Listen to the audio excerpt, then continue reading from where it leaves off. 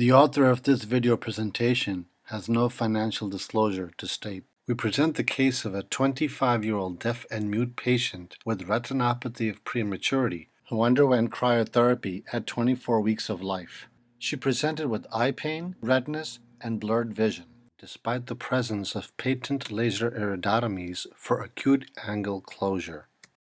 Despite the absence of iris bombé, there was iridocorneal touch noted in the far periphery, with pressures ranging between 30 to 40 millimeters of mercury on maximal medical therapy for a 2-week duration. Anterior segment imaging confirmed angle closure, and UBM ruled out plateau iris. A diagnosis of phacomorphic glaucoma was made. Biometry revealed a short axial length and steep keratometry measurements.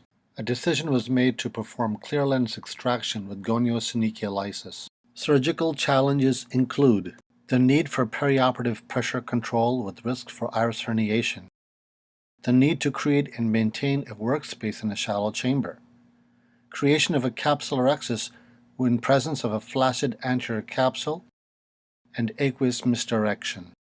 Mannitol was given 1 hour prior to surgery to dehydrate the vitreous with a maximal drop in intraocular pressure at 90 minutes. Atropine drops were started 48 hours prior to deepen the anterior chamber to create workspace. Additionally, the zonules were placed on stretch to flatten the anterior capsule. Finally, atropine served as an antidote for aqueous misdirection. Under general anesthesia, 1 millimeter long corneal tunnel incisions were made to counter any iris herniation. Trypan blue was injected to not only stain the anterior capsule, but to reduce its elasticity during capsular excess for better handling. Helon 5 was injected to maintain the anterior chamber without overfill.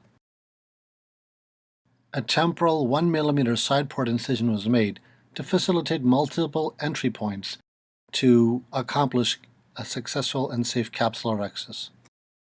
Every effort was made to maintain a stable anterior chamber with viscoelastic as needed. Following hydrodissection, clear lens extraction was initiated with a bimanual IA system. A low-flow irrigation state was maintained to avoid any herniation of iris tissue and to maintain the anterior chamber at all times. Following the injection of a cohesive viscoelastic to distend the capsular bag, the keratome incision temporally was enlarged to accommodate placement of a one-piece intraocular lens implant.